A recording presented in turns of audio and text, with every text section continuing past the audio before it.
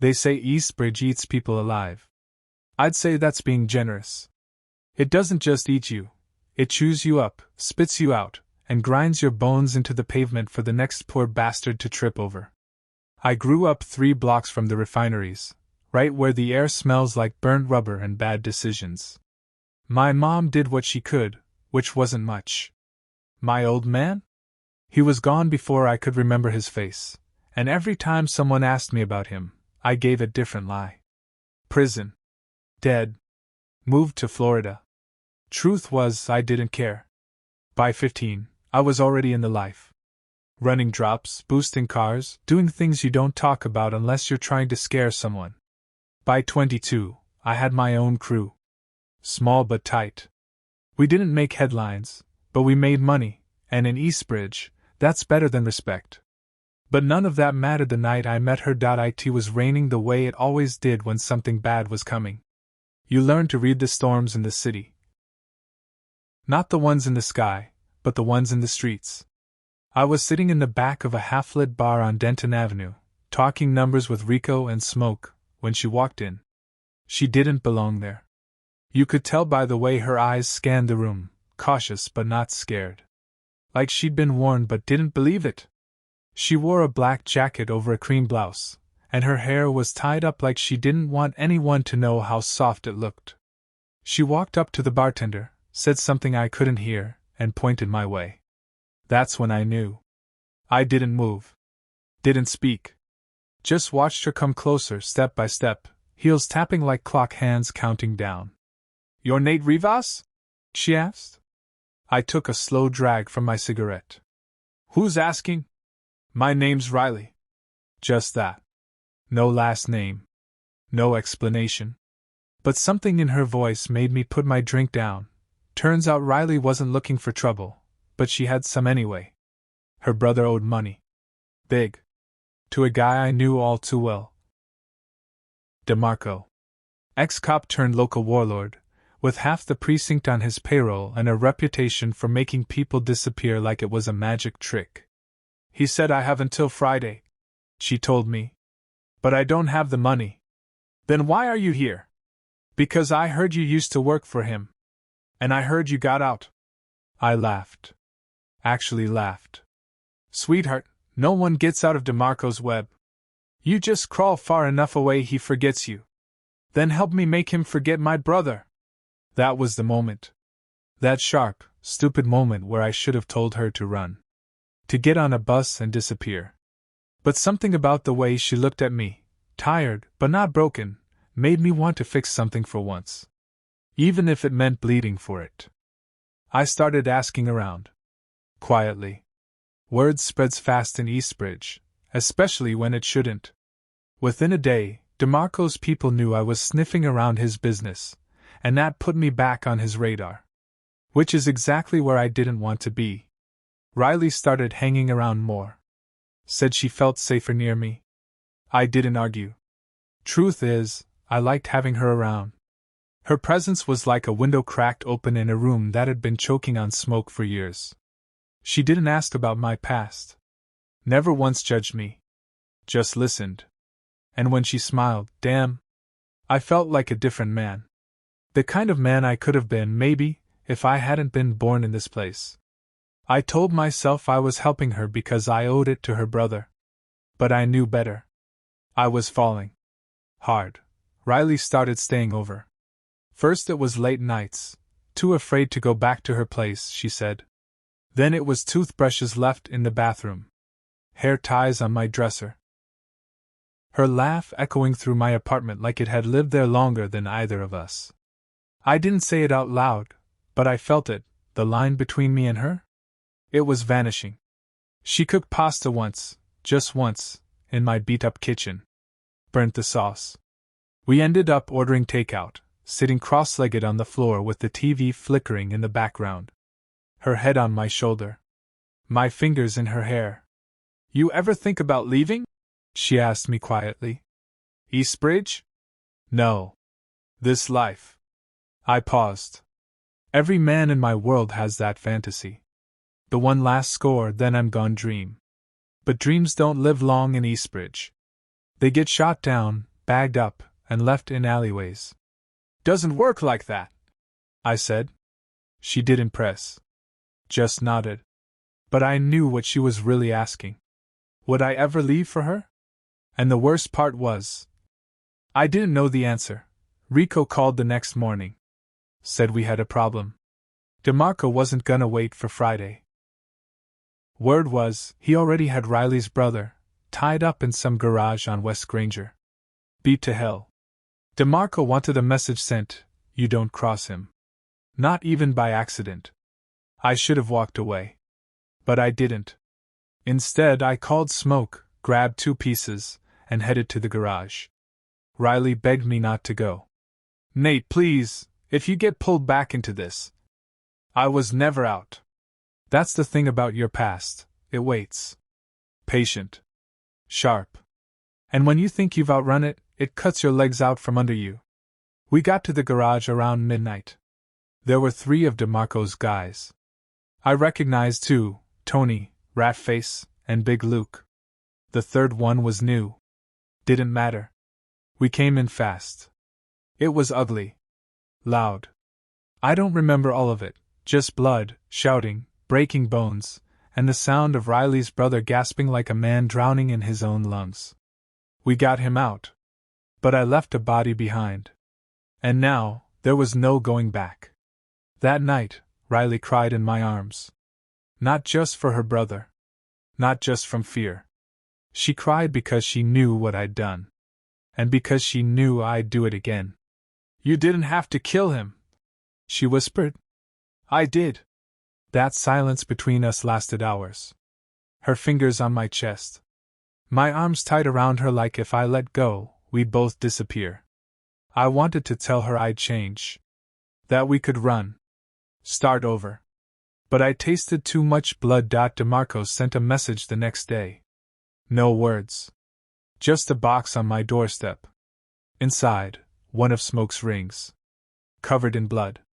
Smoke was gone. Just like that. And I knew, this wasn't about money anymore. This was war.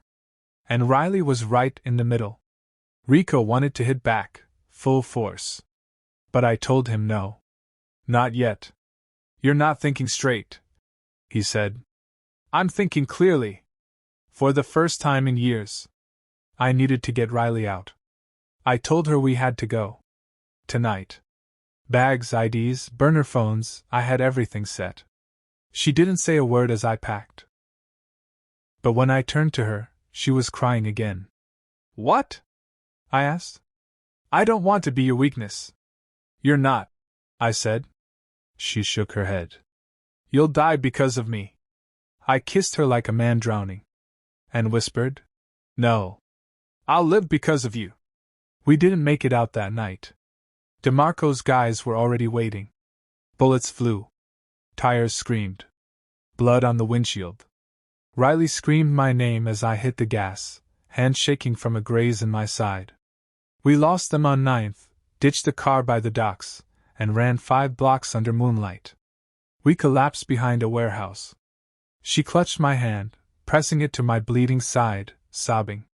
This isn't life, she yelled. And she was right. But it was ours now.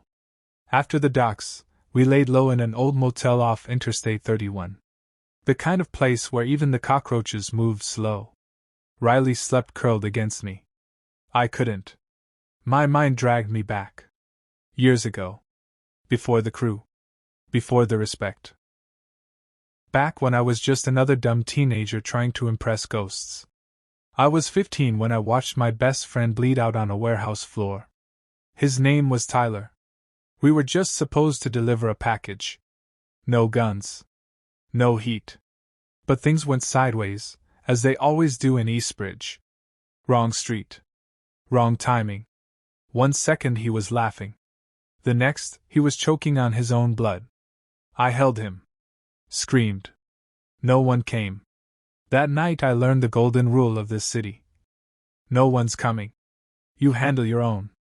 Or you die. So I did. And I never stopped. I knew we had to disappear. Not hide, vanish. I called an old contact, Marcus, a forger out in Rivertown. He owed me. Years back I covered a job that should have landed both of us in the dirt.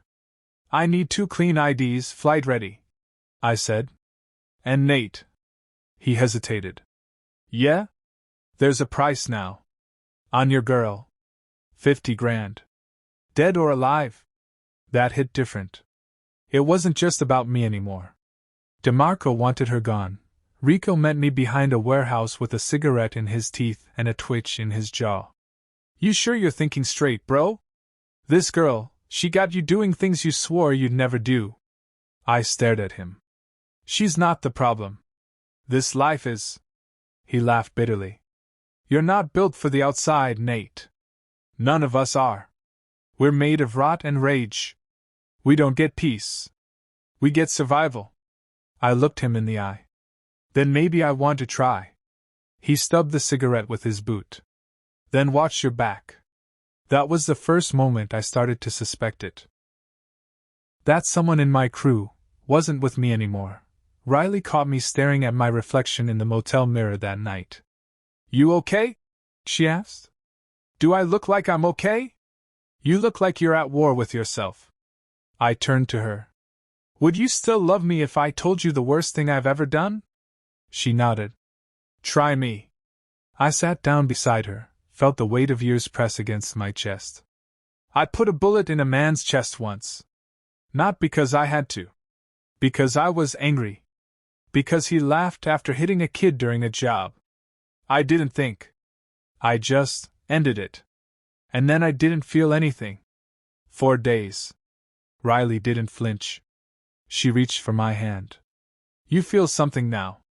I looked down. Her fingers wrapped through mine. Soft. Unafraid.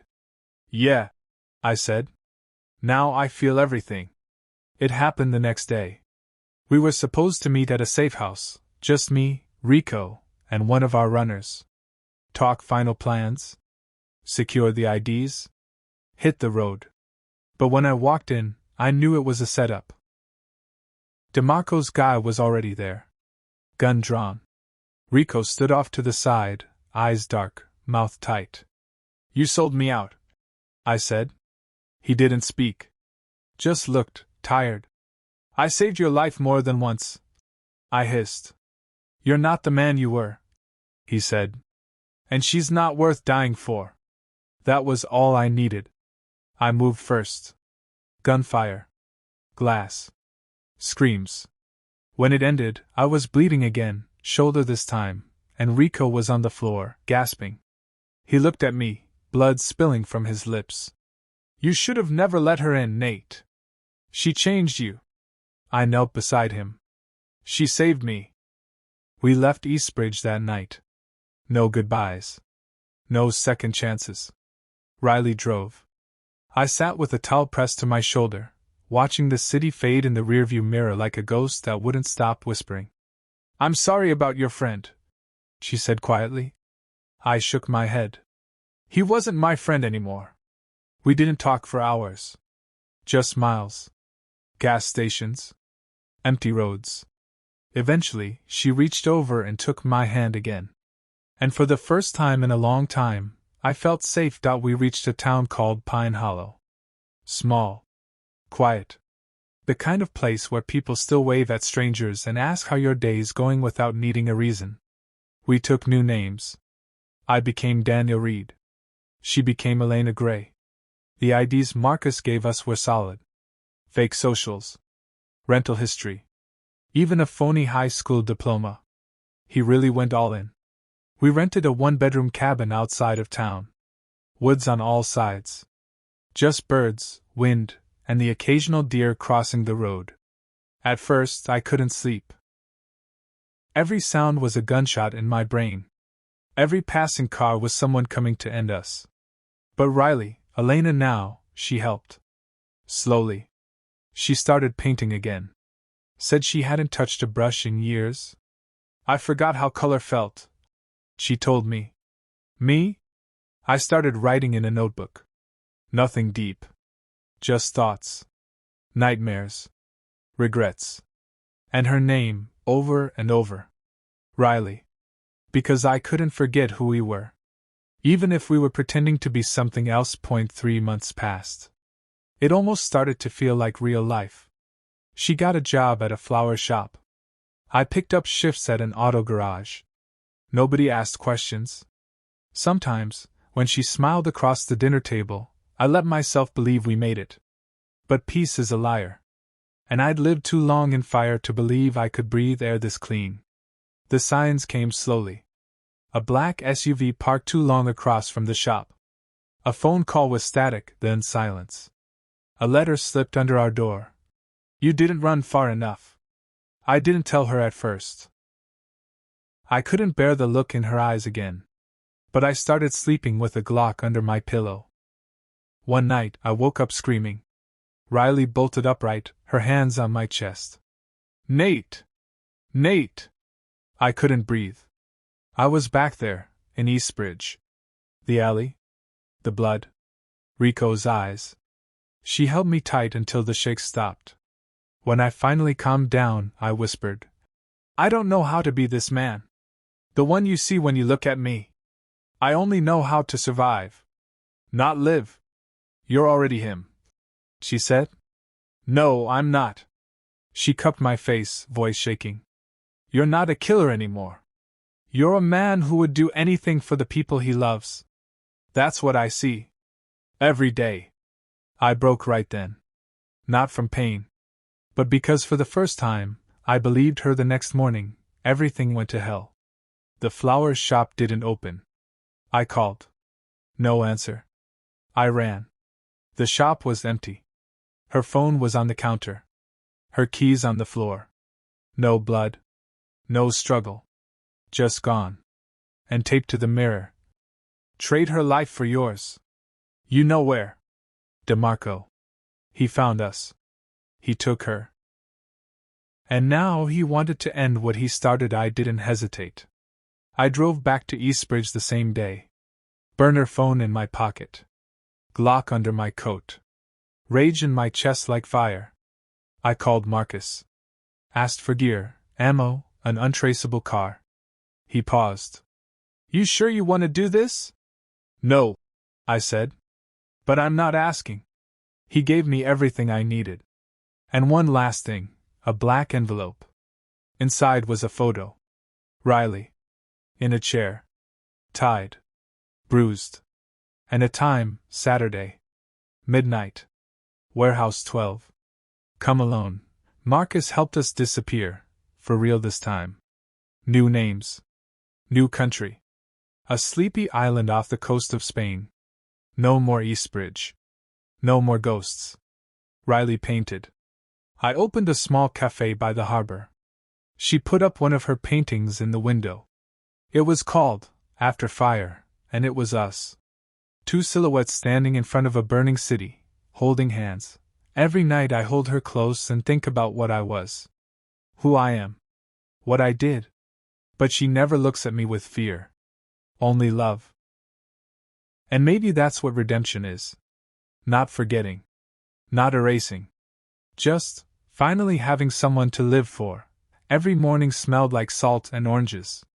Riley, now calling herself Elle, would stretch in the sun while coffee brewed.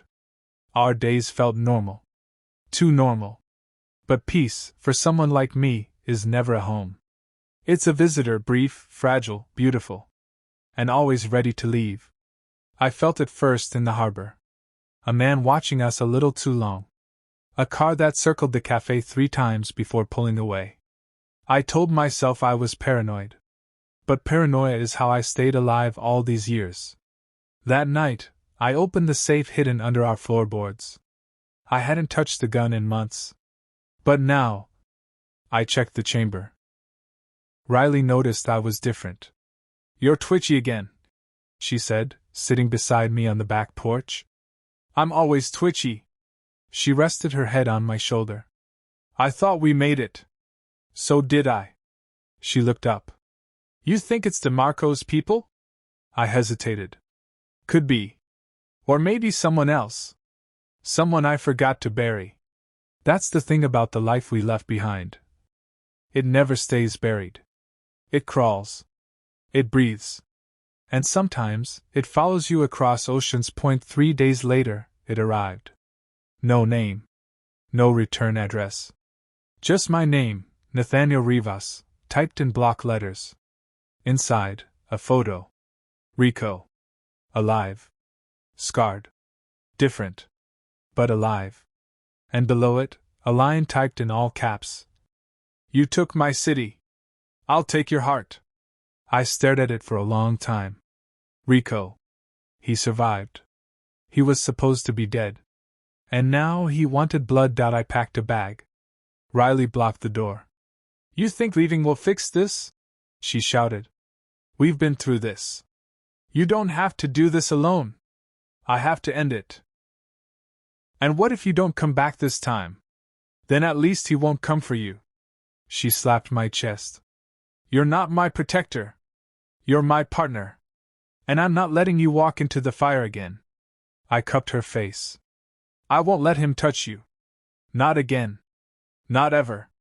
I don't want peace if it doesn't include you. Rico wanted to meet. One-on-one. Back in Lisbon. Neutral ground. I flew out the next morning. Alone. He was already there. Sitting in an empty train station, smoking. You buried me like I was trash. He said without looking up. You made your choice. I said. You sold me out. Because you were changing. He stood, voice rising. You stopped being one of us. You got soft. Because of her. I kept my hands visible. No weapon drawn. Maybe I did. And look what it got you, running. Hiding. Pretending to be someone you're not. You're right. I said. I'm not that man anymore. But I am. He said, raising the gun. Bang. Just one. Rico staggered, eyes wide. The bullet didn't come from me. It came from behind. Riley. Standing in the shadows. Hands shaking. Tears in her eyes. You were going to take him from me, she whispered. Rico fell. And it was over. Just like that. She ran to me. I held her as the night swallowed everything. We didn't talk about it for a while. Rico was cremated under a fake name. No one came to the service. Riley didn't sleep for days. Neither did I. But eventually, we began again. Again. Because that's what love is. Not perfect. Not painless. But chosen. Every day. I still write. Not just in notebooks now. I published a memoir. Under a pen name. What I couldn't leave behind. People think it's fiction. I let them believe that. The cafe is bigger now. Riley teaches art to local kids. We live quiet. We live real. Some nights, I wake up drenched in sweat. But she's always there. Holding me. Saving me. Again and again. If you ask me what love really is, I won't tell you about flowers or first dates. I'll tell you about blood. About sacrifice. About staying when it's easier to run. About her eyes when everything was burning, and the way she never flinched. She loved a broken man. And in return, he built her a world from the wreckage. I don't know how long we have. No one does. But I know this. If I had to bleed again, I would. For her. Always for her.